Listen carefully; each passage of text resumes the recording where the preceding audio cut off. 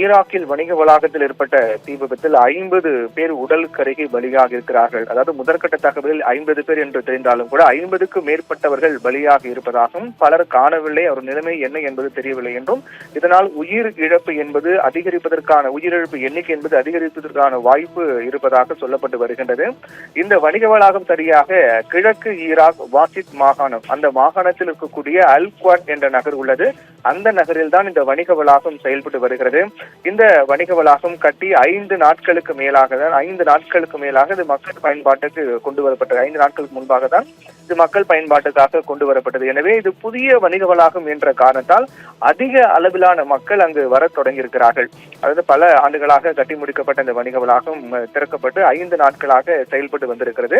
எனவே இது புதிய வணிக வளாகம் என்ற காரணத்தாலும் அங்கு இருக்கக்கூடிய உள்ளிருக்கக்கூடிய அனைத்து கட்டமைப்புகள் மற்றும் கடைகள் அனைத்தும் புதியதாக திறக்கப்பட்ட காரணத்தால் அதிக அளவிலான மக்கள், அந்த அல்குவாட் நகரில் வசிக்கக்கூடிய அதிக அளவிலான மக்கள் அந்த வணிக வளாகத்துக்கு தினந்தோறும் வந்து கொண்டிருந்தார்கள். இந்த நிலையில் தான் திடீரென்று அந்த வணிக வளாகத்தில் தீ விபத்து ஏற்பட்டிருக்கிறது. இந்த வணிக வளாகம் 5 மாடிகளை கொண்டதாக இருக்கின்றது. 5 மாடிகள் கொண்ட வணிக வளாகம், அதில் உணவகம், பல்வேறு கடைகள் மற்றும் அங்கு வரக்கூடிய மக்களை கவர்வதற்கான பல்வேறு கட்டமைப்புகள் எல்லாம் கொண்டு மிகப்பெரிய ஒரு உள்கட்டமைப்போடு அமைக்கப்பட்ட வணிக வளாகமாக இது பார்க்கப்படுகிறது. 5 நாட்களாக தான் செயல்பட்டு வந்திருக்கின்றது. இந்நிலையில் இதில் 5 மாடி கட்டிடங்களை கொண்டதாக இந்த வணிக வளாகம் செயல்பட்டு வந்த நிலையில் தரைதளத்தில் உணவகம் இருப்பதாகவும் சொல்லப்படுகிறது. அந்த உணவகத்தில் ஒருவேளை தீ விபத்து ஏற்பட்டிருக்கும் என்ற சந்தேகம் வருகிறது. ஆனால் இதுவரையிலும் அந்த தீ விபத்துக்கான காரணம் என்ன என்பது முழுவதுமாக தெரிய வரவில்லை. தீவிர விசாரணை என்பது நடத்தப்பட்டு வருகிறது. இந்த நிலையில் தான் அந்த வணிக வளாகத்தில் ஏற்பட்ட தீ என்பது மலமளவென மற்ற அந்த தளங்களுக்கும் பரவி இருக்கிறது.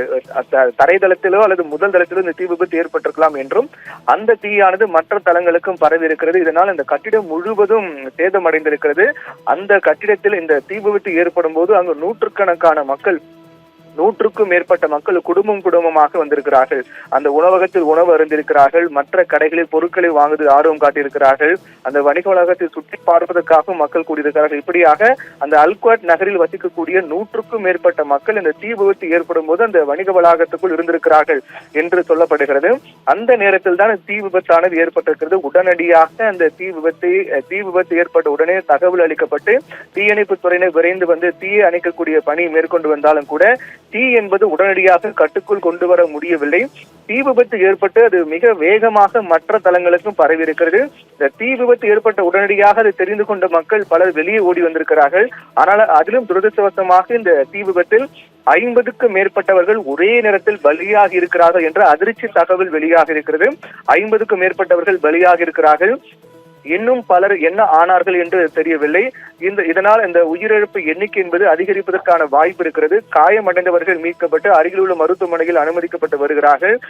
இந்த நிகழ்வு என்பது அந்த பகுதியில் மிகப்பெரிய அதிர்ச்சியும் பரபரப்பையும் ஏற்படுத்தியிருக்கிறது. இந்த தீ விபத்து ஏற்பட்ட சம்பவத்தை அடுத்து அந்த அல்குவாட் நகரினுடைய அந்த வாசித் மாகாண ஆளுநர் அந்த சம்பவ இடத்திற்கு வந்திருக்கின்றார்.